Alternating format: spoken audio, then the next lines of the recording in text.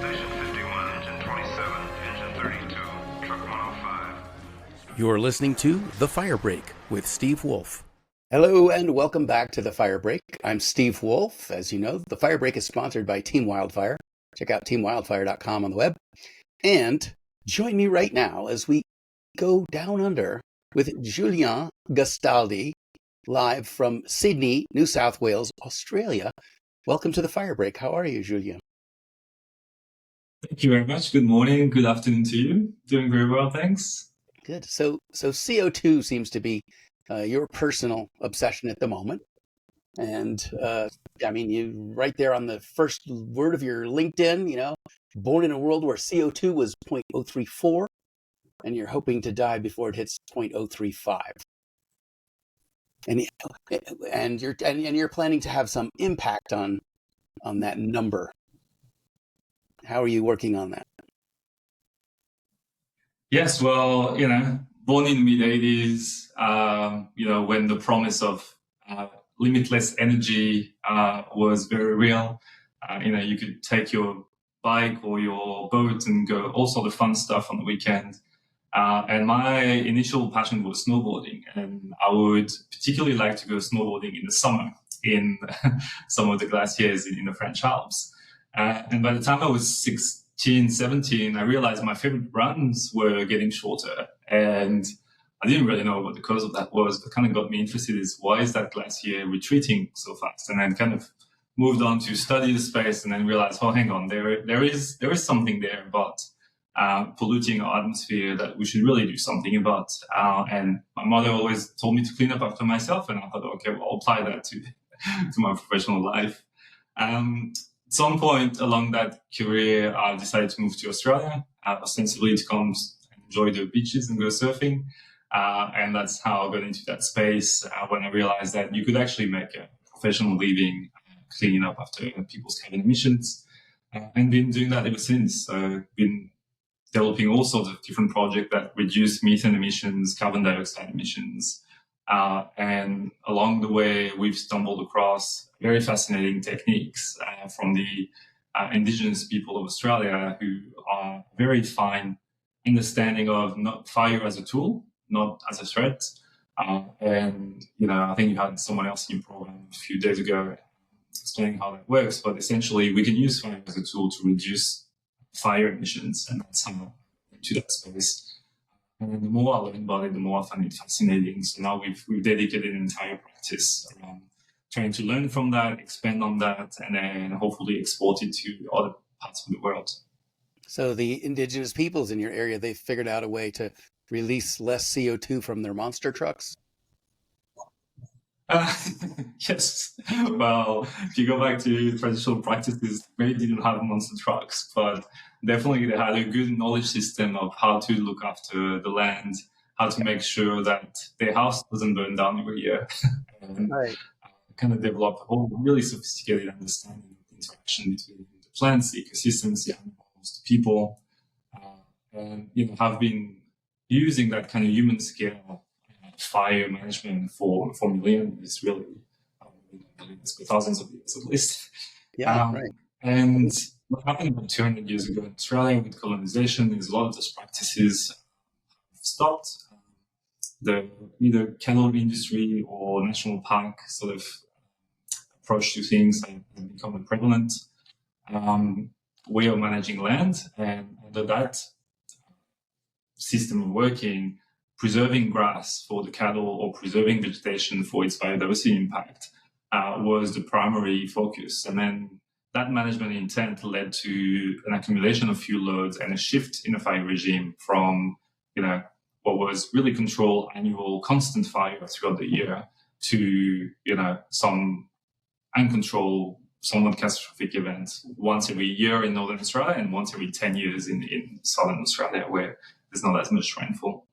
And so that created what we call in our space a baseline of emission or a pollution source, which the challenge was how do you reduce that? And turning back to ancient system of knowledge has really given us the answer. And then to then operationalize that, we had to bring in modern day technology and equipment the monster trucks and the helicopters to make sure that we can actually deliver those kind of works, right? I mean, the days of having thousands of people living in the bush are kind of gone. Some of the properties we're looking at, hundreds of thousands of hectares with 4 people on it, you have to bring some kind of technology to develop those projects. And the fusion of that ancient system of knowledge with the Western science knowledge and brought together just created something really powerful and something that is probably not recognized as one of the best fire management outcomes in the world. And in addition to that, I think what made this really successful is it developed not only those technical systems, but also a system of governance, a system of funding that makes it completely sustainable. Actually, most of those projects are for profits. And so if you imagine being able to manage fire on the scale of the continental scale like Australia and generate a profit and create livelihoods from that, that's the sort of stuff we dream of back in France or where you're from. Anyway, but also kind of enable people to reinvest in their land, in infrastructure, in their people. And it's a really wonderful story and one that we hope that we can replicate in Africa and Brazil in particular. So I'm imagining that to get support at the government level, you have to go in armed with some facts about the effectiveness of the program and why this would be a better thing to do than the alternative, which is usually the way we've always done it, right? Which refers really just to the way they've always done it, because there was a culture there long before them. And it's kind of returning back to the way we've always done it, except this time it's the indigenous people saying that. So how do you model out or validate the effectiveness of the program to the degree that you can get the political buy-in that you need to support it? Okay, so the technology piece is super interesting.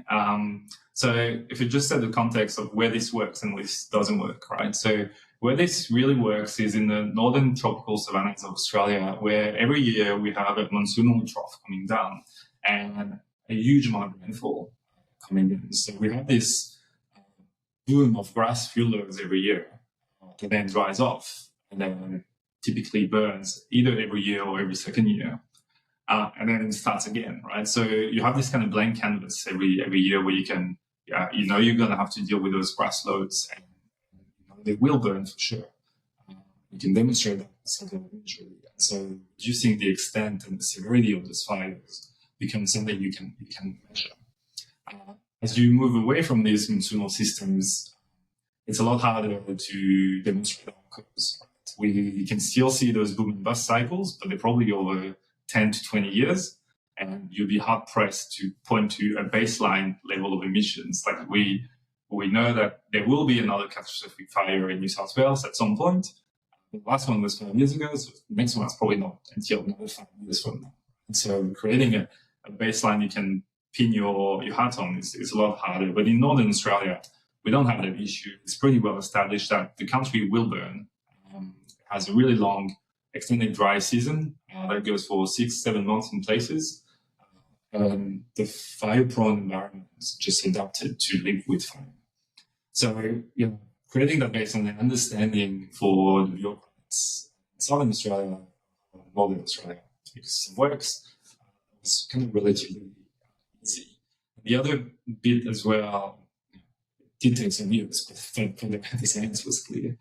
The other bit that was also useful is, as Australia signed up to the global climate targets, they didn't really have a clear plan as to how they were going to do that, right? We are sparsely populated. We don't pollute a lot on a day-to-day basis. There's only so much you can do. We have a big power kind of energy system that's based on coal, so maybe you can do something there. But they were kind of short of ideas. And when you come up with a solution that says, actually, we have an idea here that's going to reduce your net emissions, help you achieve your targets, and it's not going to cost you anything, that was pretty palatable. Right? Now, in getting the system into gear, of course, there was government support and initial grants and things like that to get it going. But now it's fully self-sufficient. And what we delivered to date as an industry was only a reduction in methane and nitrous oxide from those fires, we haven't even touched the carbon stocks or the vegetation stocks. And that's on the radar for this year, where if we add that accounting as well, and say, well, not only have we reduced the fires, but we also increase the biomass, you can account for that as well. And that biomass will stay there as long as the fire regime stays there. That is another bonus for the national accounts. And so then politically you can turn around and then pledge that you reduce your emission by 4, 5, 7% more than you would have otherwise. So that's on one part of, I guess, the carbon focus. On the other part, on the social side, these are great, if they are organized and governed properly, they have great social support scheme. They provide jobs in places where they are none. They place culture at the center of those projects. They give the communities the tools and the resources to manage the land as they see fit. And that obviously is a massive cost saving and also empowering thing for government to do. We still have a very unresolved colonial state here in Australia. There's still a lot of discussion about what happened, what should we do next. Having programs like that you can point to where you reconcile the two cultures and the way that looks forward into the future. It's quite unique. It's been successful.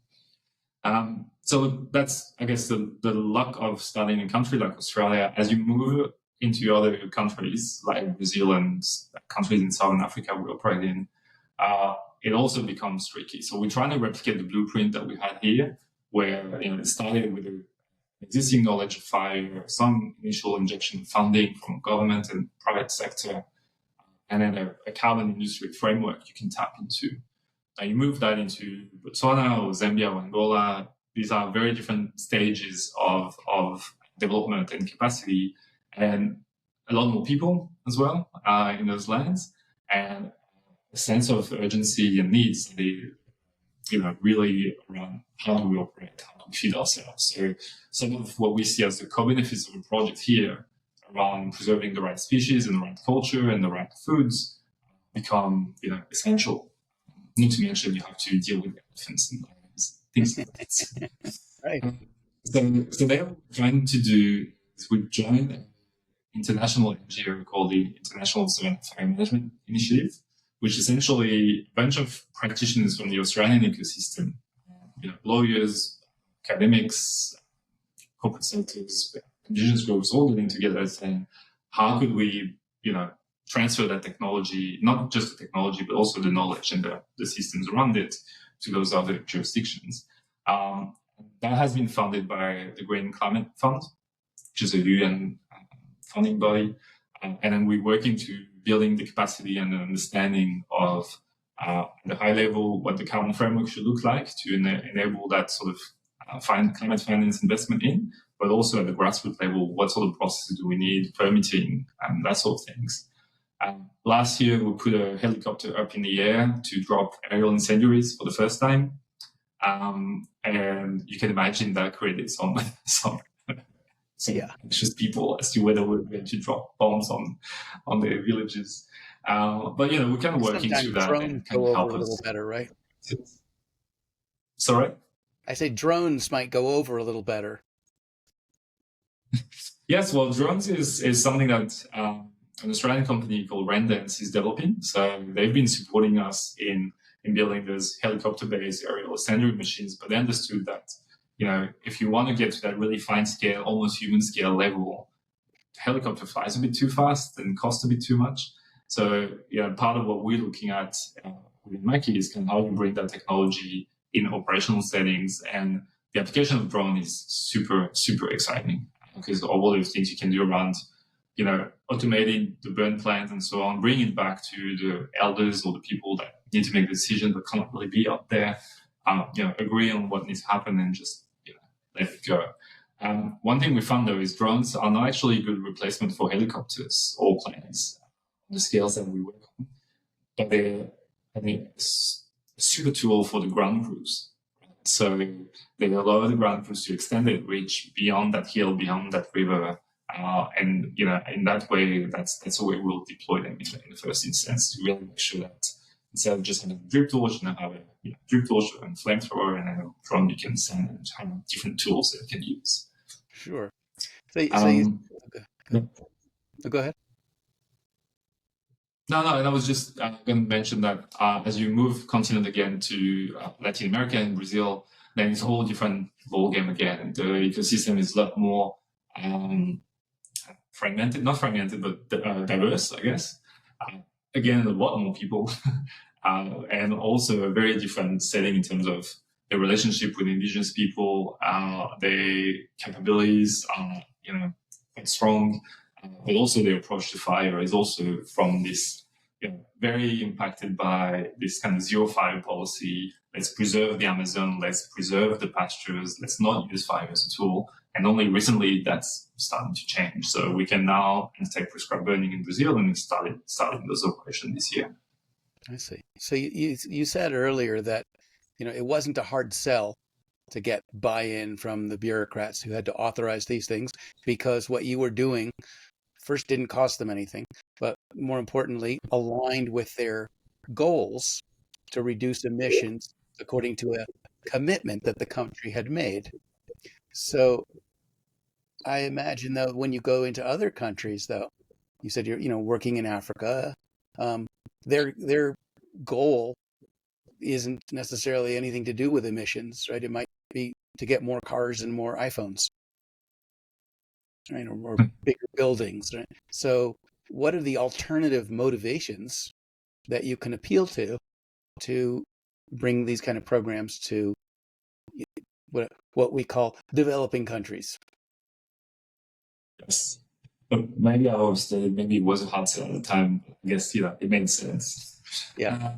And look, so there's two more things to play on. First, the climate goals are shared by all the countries. So those developing countries also have same goals that relate to what we're doing here, but they just got a different view about it. So a lot of them have goals that are conditional on international finance to come in and finance those projects.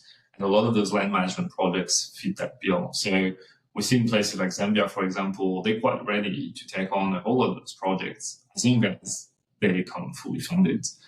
Right. So we can then tap into markets in Singapore or Korea or Australia or maybe Europe, California, and then trying to see whether that demand from that area can be outsourced, I guess, to other countries.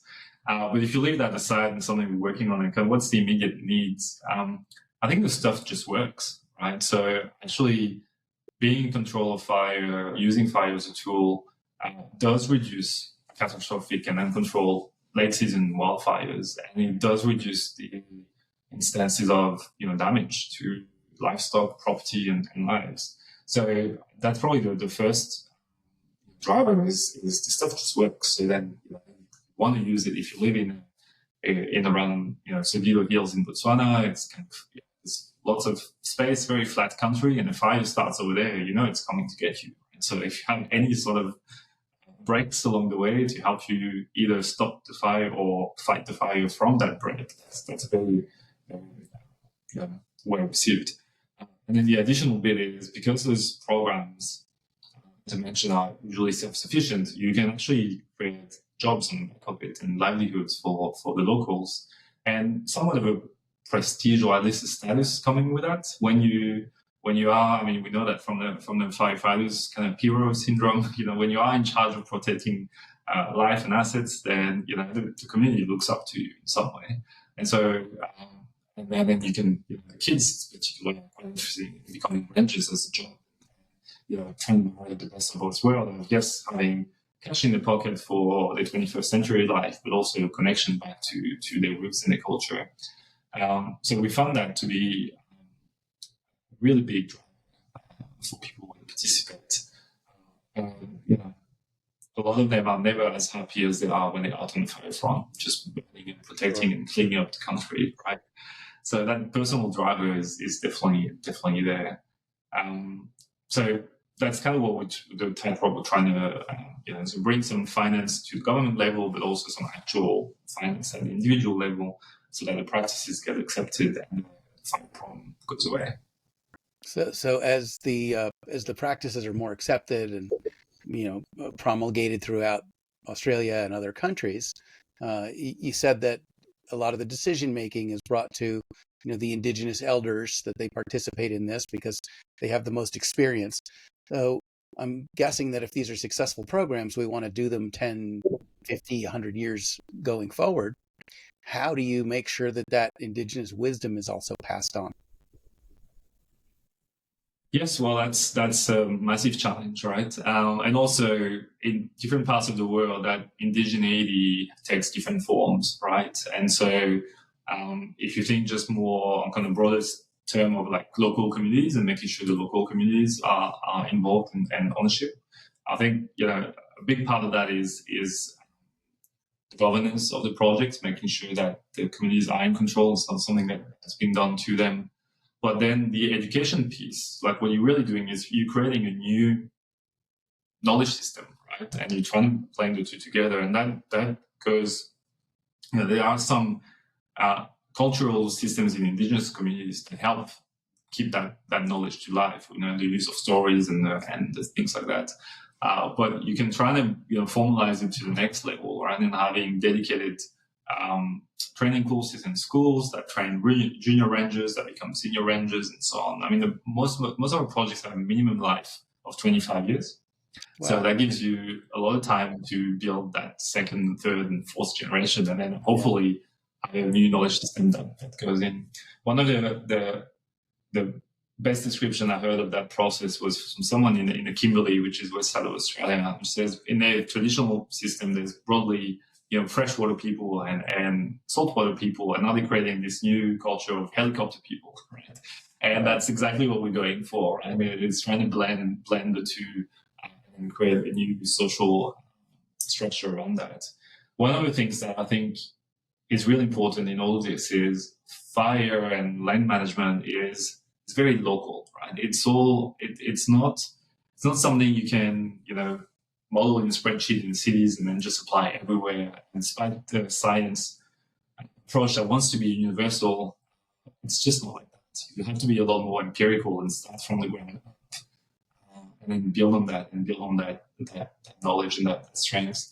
And so there are quite a lot of tools these days that help do that. But at the end of the day, that's just technology knows to help you do one thing: put people around the campfire, clean up a bit of sand, and start sketching on the sand what it is that this country needs, right?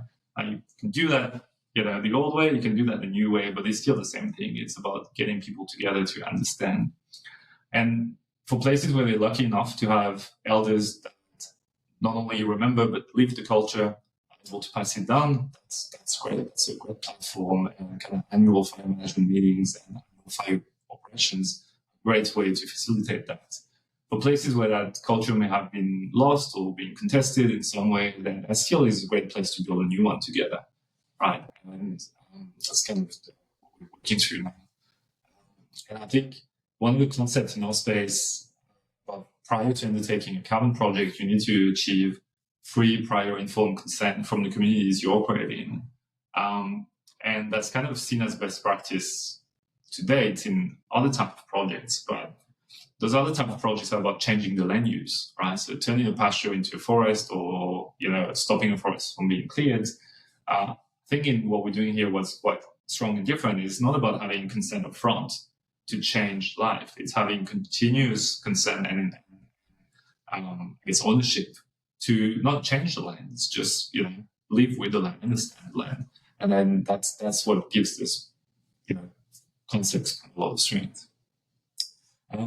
One thing that is also exercised our minds a lot is, obviously, I come from the science background, the Western culture. I've seen this amazing opportunity, I've learned a lot from the indigenous people. But then, how do we export that together, and how do we keep it authentic along the way? That is something we trying to keep forefront of our mind, and our indigenous partners constantly remind us that we're okay to bring the vehicle, but we need to be sitting on the passenger seat and let the indigenous people take the wheel, right, and drive. So that's the whole thing to do.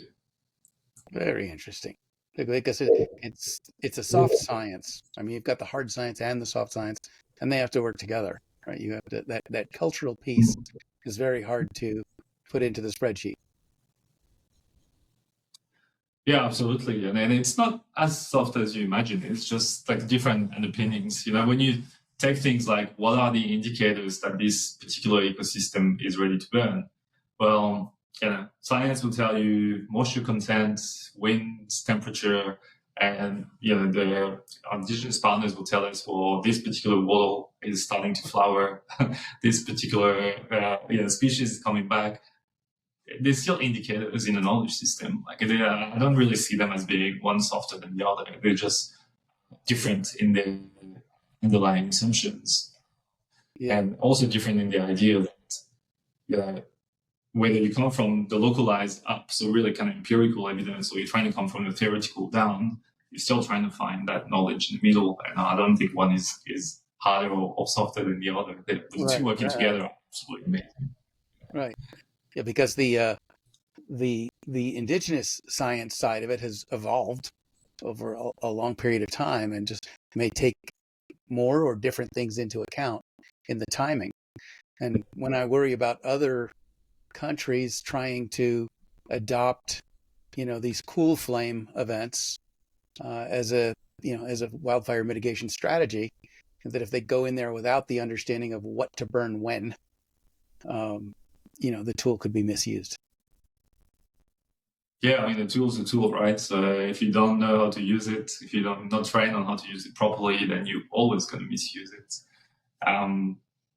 So that really what we're trying to do is not bring just the tools, but the whole knowledge system, the whole governance infrastructure around it. We're exporting an industry, and an industry, no one understands everything. Everyone's got their little skills, their little pockets, and it's kind of trying to get that entirety of things moved on. But when you think about the cultural knowledge system, it's the original big data analytics thing. 75,000 years times 100,000 people alive every year. That's all that process through human intelligence kind of gives you a result. Right? And the result is everything from the family trees, the kind of social interaction, and that fire knowledge. Well, let's take that, and let's also take the big data from tech with artificial intelligence in it, and then actually artificial knowledge, and blend the two together to actually create intelligence, right? And that's what I think excites me. So that's a bit that we kind of bring in. So some of the things we learned in Australia are satellite imagery, and really accurate burn area mapping has been quite essential, and it's getting more and more available.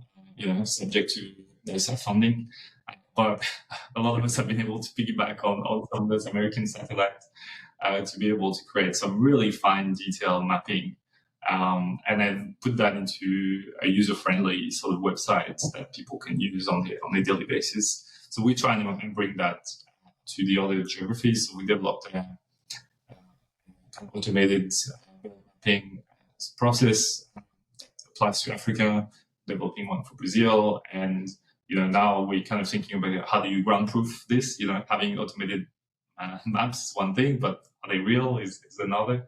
And then trying to understand from the monitoring, the reporting, the verification piece, the planning, the operation needs, kind of bring all that together into, I guess, a command center that people are able to kind of make their own decision about what should happen. Right. And it's been fascinating and almost kind of jealous looking at the usual firefighting industry that's got billions of dollars spent on suppression and all these fantastic systems. Are like, well, love to get some of that for what we're doing. And that's kind of what we're trying to build. I hope you will. When you go in to meet with Indigenous peoples, you kind of have a negotiation or a dialogue, and you come to some consensus on what the plan is best for that particular geography and those people and that vegetation. How much do you document their input from that? Because I haven't been able to go on the web and the guide to Indigenous burning, like that, or principles of Indigenous burning. Like I haven't seen anything like that. I right, because I don't know if that gets set aside when it becomes a science conversation, but if you wanted to export those concepts to other cultures, you have to know what those concepts are. Yeah, fair enough. So look, Couple of things on that. So there is a network called the Indigenous Carbon Industry Network in Australia that brings together those groups and advocate for what they need. But let me put it this way: when we approach our Indigenous stakeholders, we're not coming with the project. We're coming in as a service provider. They're the client. They have the IP. They know what's what. And we're just coming there to provide a little kind of grease the wheel sort of maintenance things. So in terms of documenting, as you said, we don't need to. In a lot of ways, we shouldn't. It is their IP, their knowledge of their land, and extremely hard to export anyway, because that other country over there might work differently, and it's not our place or their place to talk about this country anyway. So what you can do is you'll never be, or you shouldn't try to extract that IP and that knowledge and document it. It should be up to them whether they feel there's anything there that's worth packaging and exporting to other people. What you can do, though, is document the approach, the methodology, how one might go about, bringing together that knowledge and having it kind of come to life. There is a process called healthy country planning under the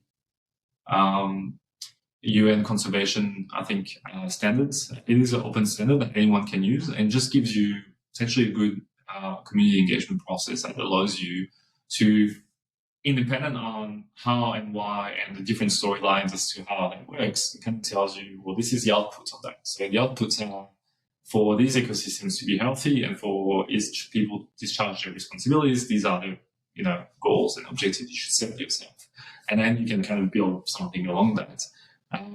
But having a way to respect and protect that IP, indigenous IP, so it kind of belongs to the community and doesn't get out unless they ask for it to be. That's very important, especially for us as a commodity trader. Essentially, carbon credits are a commodity. They've seen all that stuff before.